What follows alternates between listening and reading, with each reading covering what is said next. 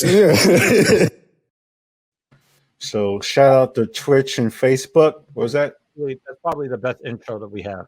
Yeah, that was an ensemble team. Thanks. Shout out to Omar for putting the vocals down for that. But I just want to shout out to Twitch and Facebook for tuning in. Thanks for guys for keeping the chat lit and engaging with us. That's what makes the show, is talking to us.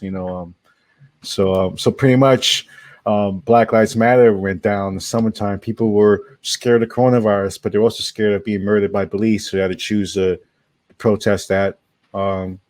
So I want to share this because they do a lot of violent flag waving and feet beating on the pavement as they walk down the street. Is like, super violent, man. It's scary stuff is going on. But I want to give context of what happened, why people were protesting. Police have killed 1,066 people in 2020. That's what we know of. It's not officially kept by the FBI. It's pretty much been crowdsourced to track.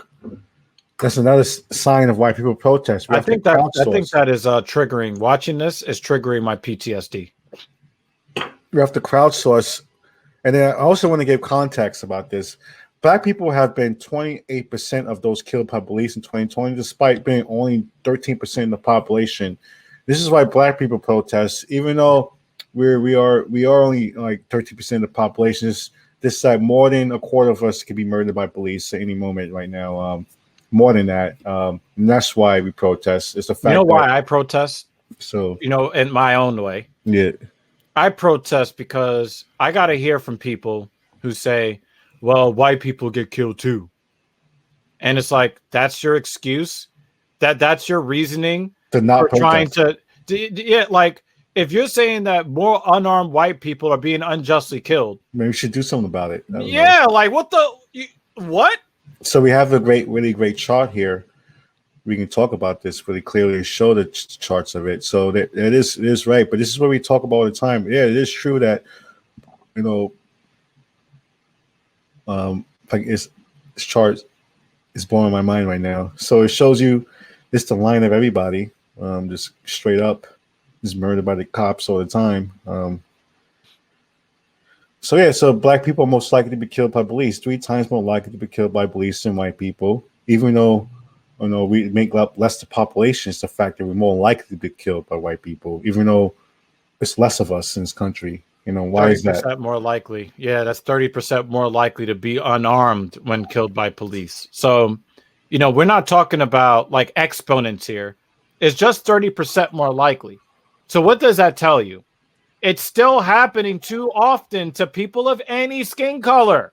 So I don't want to hear from Joe Schmo in Mississippi or Kentucky about why it's okay for Black people to just be killed in the streets for no good reason. And it goes back to accountability. The fact that this is accountability of regardless of race. This shows you no criminal charges. 98% of killings of police from 2013 to 2020 have not resulted in officers being charged with a crime. Mm-hmm. So the only color you see right now is red, of no criminal charges. This is what happens when cops kill anybody. Kill your dog, kill you, kill your nephew.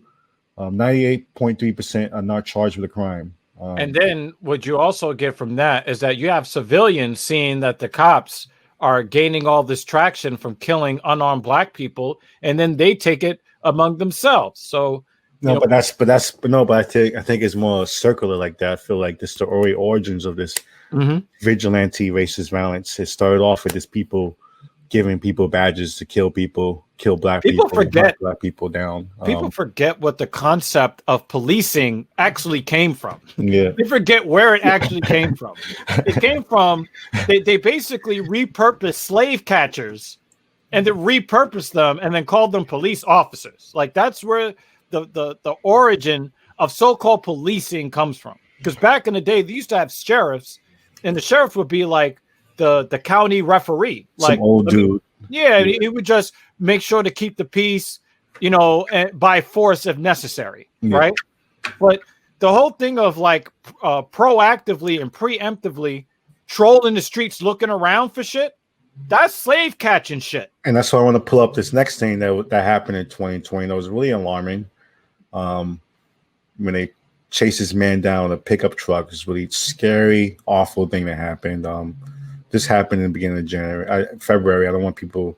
It's not just scary; it's morally reprehensible.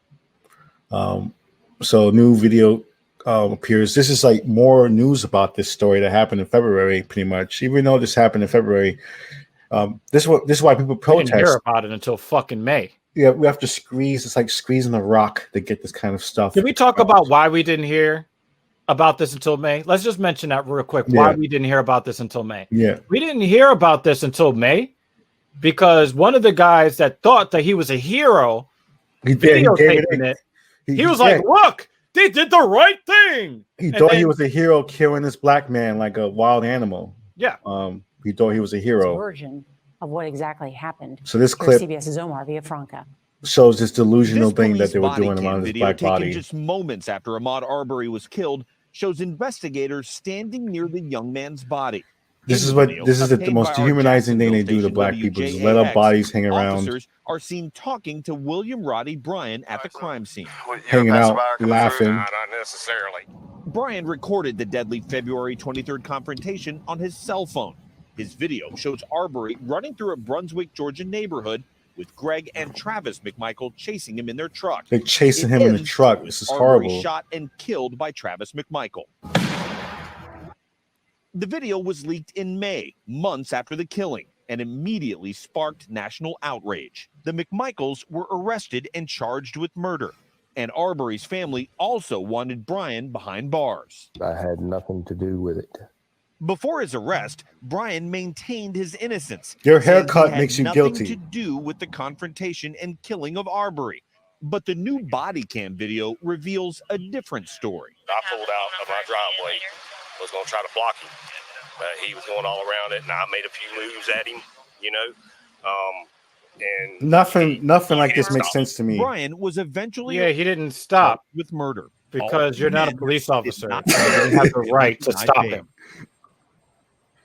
You're just a fucking maniac white man who's scared of everybody, who killed a black person out of your paranoia and fear. And that's what makes America scary to me. It's just the fact it's full of paranoid punk white people like that who just watch too much fucking TV and 50 Cent, whatever, and think every black person out there is like that. And like they have all these guns and they're scared of this and that, but it's total opposite. You know, that's not reality at all. You know, this man that they murdered was like, you know, he was going to college. He was just looking at a house that was being built. Curious. He was running. He's been an athletic, healthy person. Total opposite of what he thought. No tools. There was nothing in his pockets. No tools. It was just, wow, this looks pretty interesting. There's nobody here. I wonder what they're working on. And there's actually footage of a white male and a white female couple that did the same thing that Arbery did for the same reason. And nobody chased them around in their pickup trucks. They were just curious like he was. Yeah. You know, and I believe the owner of the house said that there was no trespassing because he didn't have a problem with it. I mean, nobody occupied the unfinished house. Yeah. It wasn't like he was going in there, you know, with his junkie girlfriend and smoking crack in there. But that's what they thought. But that's the delusional reality that got in their minds. That's what they thought when they saw this black man. They thought they were trying to catch a runaway slave. Maybe you know, they're from another time in history. You know, it's fucked up, man. And that's this is for me one of the craziest things. It's like even before the police show up, white people think they just like stand around a dead black person and laugh it off. In 2022, or do the challenge, the kneeling challenge, or the dragging him behind a pickup truck challenge. Like it's you know, and then these are the same people that say that there's no racism, there's no institutional racism, while saying and doing racist shit. Yeah, I mean, this is like, and this goes back to this delusional reality.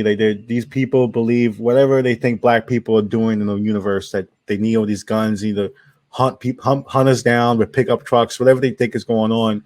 They also have this delusion idea that their freedoms are being taken away because they're wearing masks. You know, they have to wear a mask. You know, no, their freedoms are taken away because they're not allowed to get away with killing black people. Yeah, and not wear a mask. So I don't know what you call a death cult, but it sounds like it to me. So that's bad cops. And that's what happened in this year. People went out in the streets, and We got to talk about the largest civil rights movements like ever in this country. Yeah, but we also got to talk about that shit in Nigeria. We got to talk about that one more time. We can't let that slide. With their, with the cops over there, with their elite task force. I forget what the fuck they call it. Some catchy And SARS. SARS, yeah. And now they're cracking down on they're cracking down on the activists, arresting the activists. They even try to crack down on a CNN reporter who reported out there. So they're trying to make it seem like, the bullets, they fell on the bullets. The bullets were smiling at them and they fell on them by accident. That's the story that the Nigerian government. Well, they jumped happily onto the bullet. Yeah. Yes. The bullet was trying to hug their insides. So make them feel all warm. So that's this crazy stuff they're saying right there, and that shows you like kind of corruption of police brutality and police misconduct that was happening there in Nigeria. So Breonna Taylor killed by police. Yeah, killed in her home sleeping because of a falsified warrant. Yeah. Right. And then, of course, we have to talk about the birth of Black Power Magic Hour. Yeah. And that is George Floyd.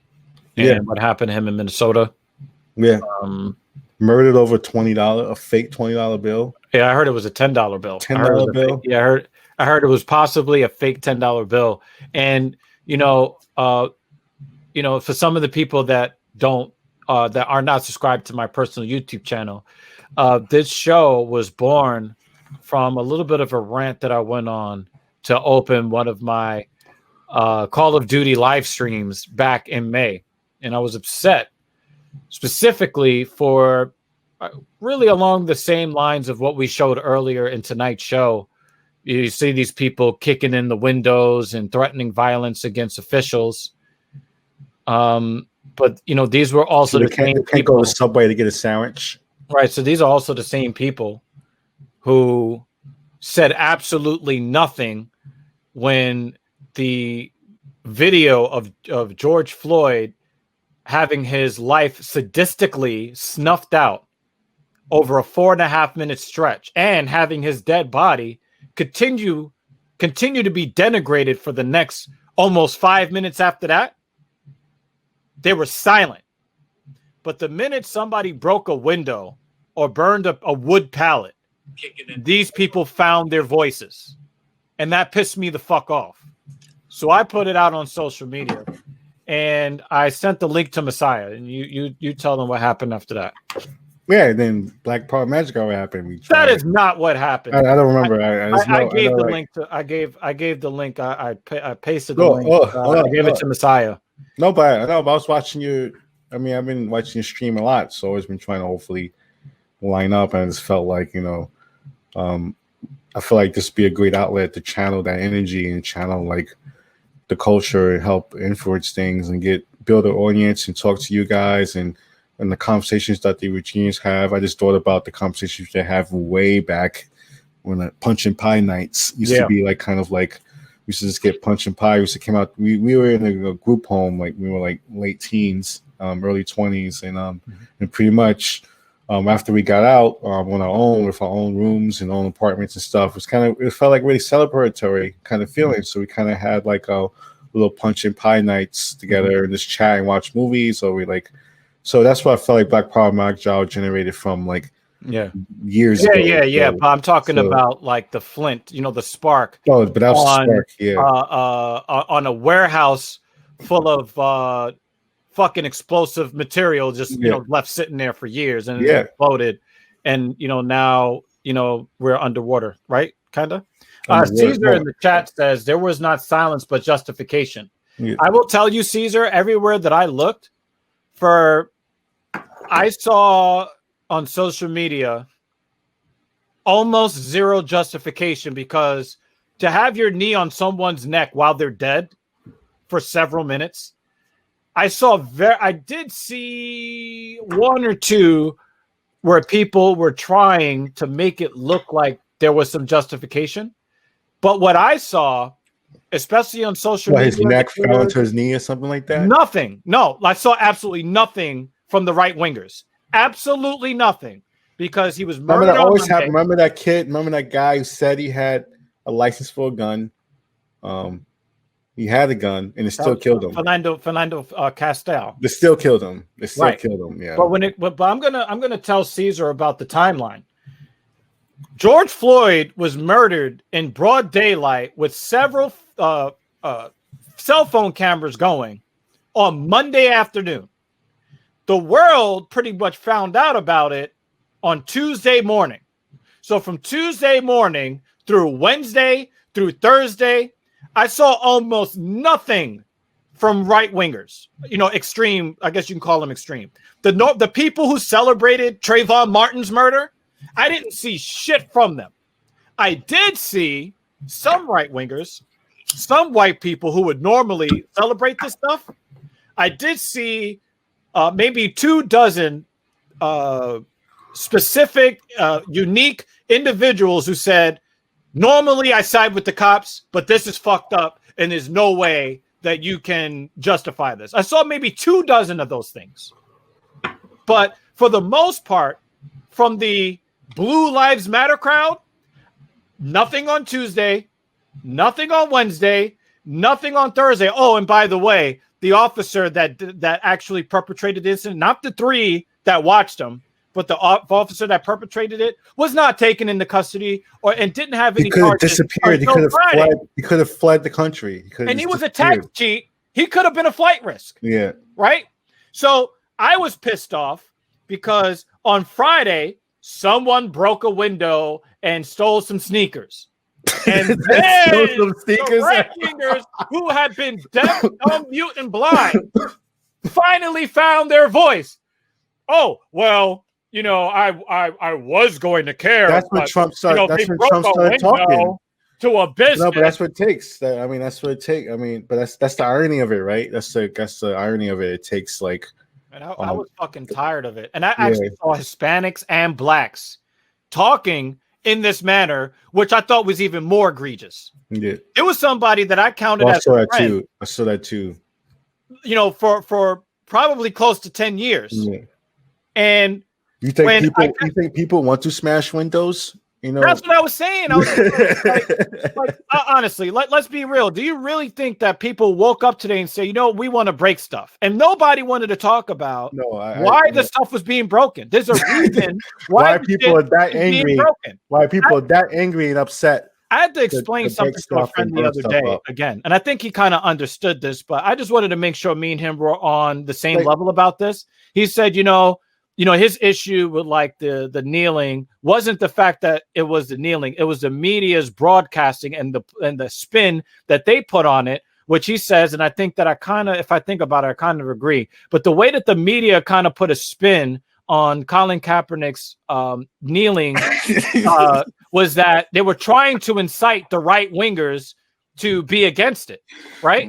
And when I think about Colin Kaepernick did not drive an RV downtown San Francisco and blow himself up. But they tried to make him look like he was like Che Guevara, shooting people in the middle of the street. Like he just took a knee, people, right? But he was saying that, part of the frustration was that people want to escape from real life with sports. And it's like, I get all of that, but what year players can't even enjoy life? What year did slaves hit the United States? Yeah. Like 1400, 16, somewhere between 1400 and 1600, right?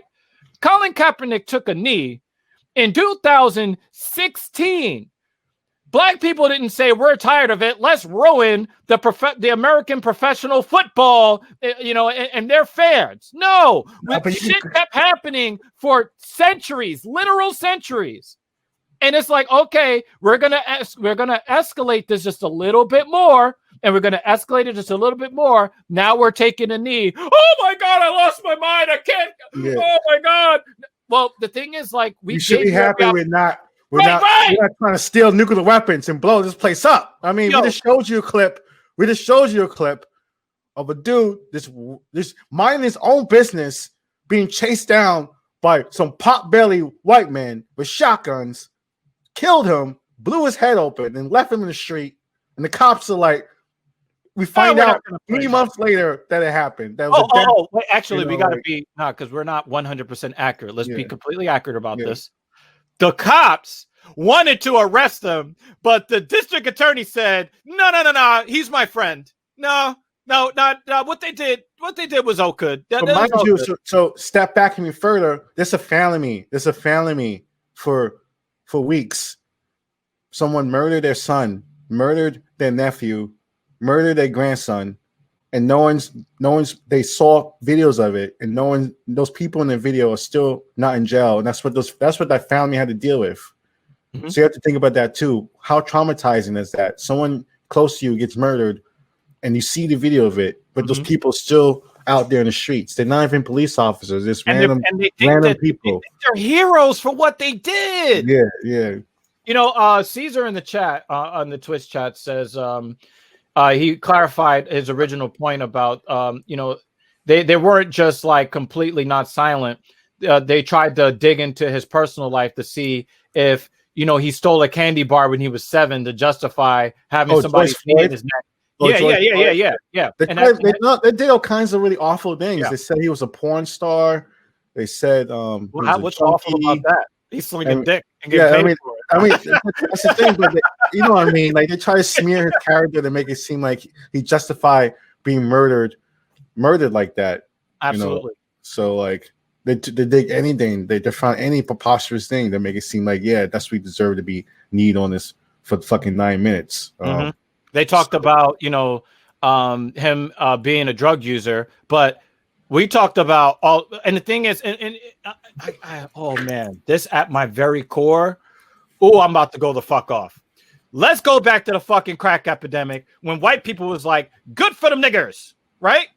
And then when the opioid epidemic came, we need help for our sons in our community. They're going after Walmart. They just want this. That's another.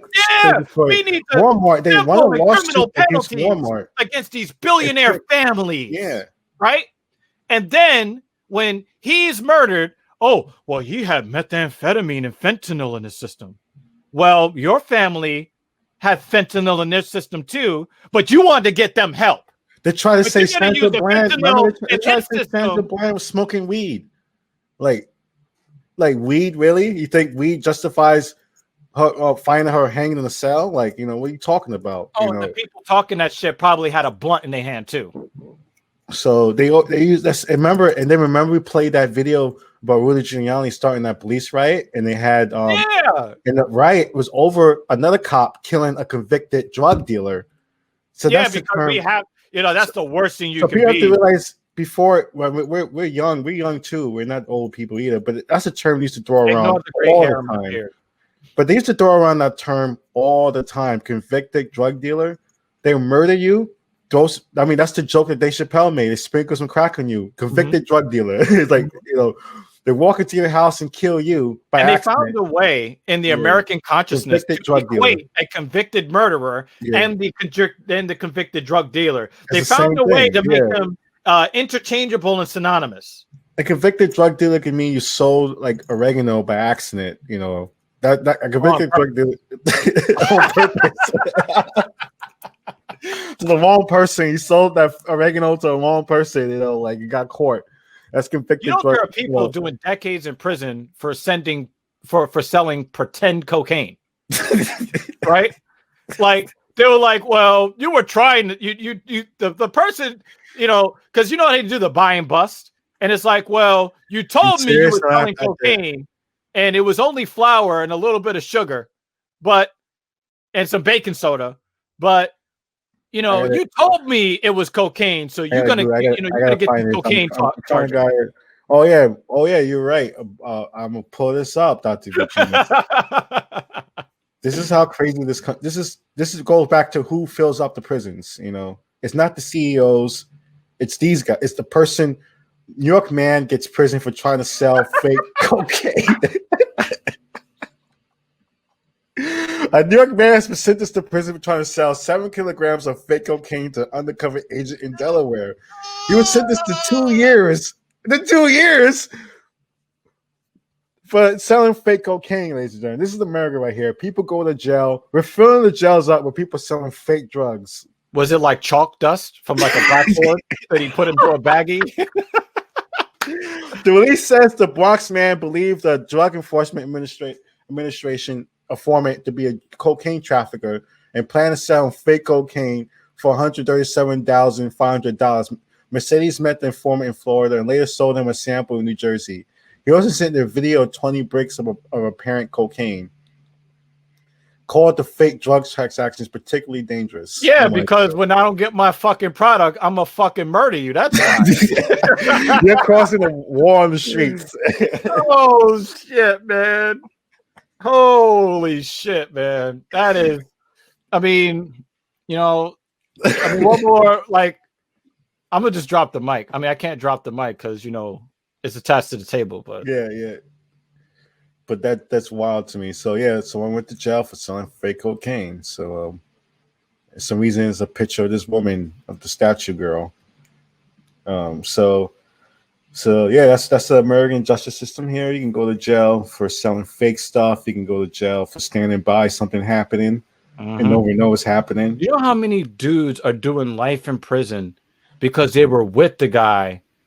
Like, we're not even talking about like a true co-conspirator. Like, they're like, yo, I did not know he was going to do that. Yeah, no. And then I actually saw a case within the last couple of years where they said, well, you didn't do anything to stop him. And it's like, nigga got a gun, son. Like, I'm not a criminal. I can't stop him. Like, what is that supposed to do?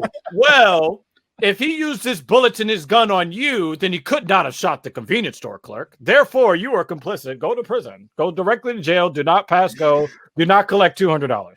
Yo, they be putting people in the most frustrating sentences. Like what? Like because but then they say that this guy who raped a chick behind a fucking dumpster. Oh, we don't want to ruin his future. It's too hard. Right? He's a good old boy. You know what? His mom crying over that. So. And then like the Laughlin chick just got out of jail. That just happened after 2 months. Didn't even serve the whole fucking sentence. No, don't they have a black woman who tried to put her son? She was homeless. She was homeless. And then she put a falsified address in a school district where her son would actually get to something that approximates a real education. And they gave her a 5-year sentence for that. 5 years.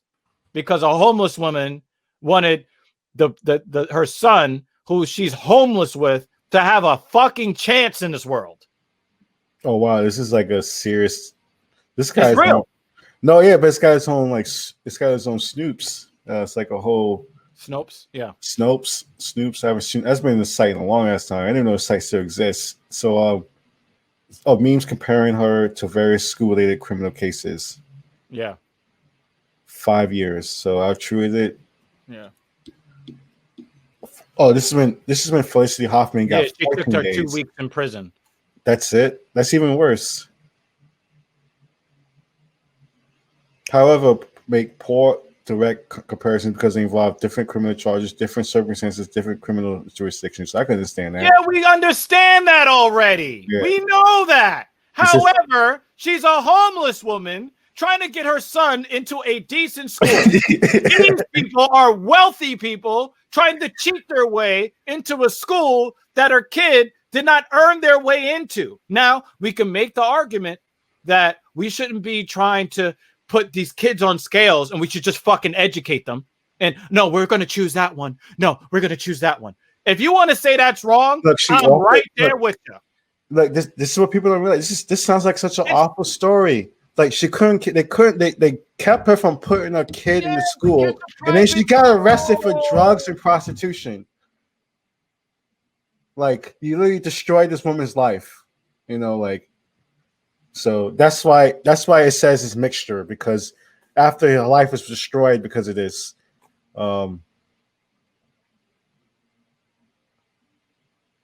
So unlike Huffman, she has a criminal record.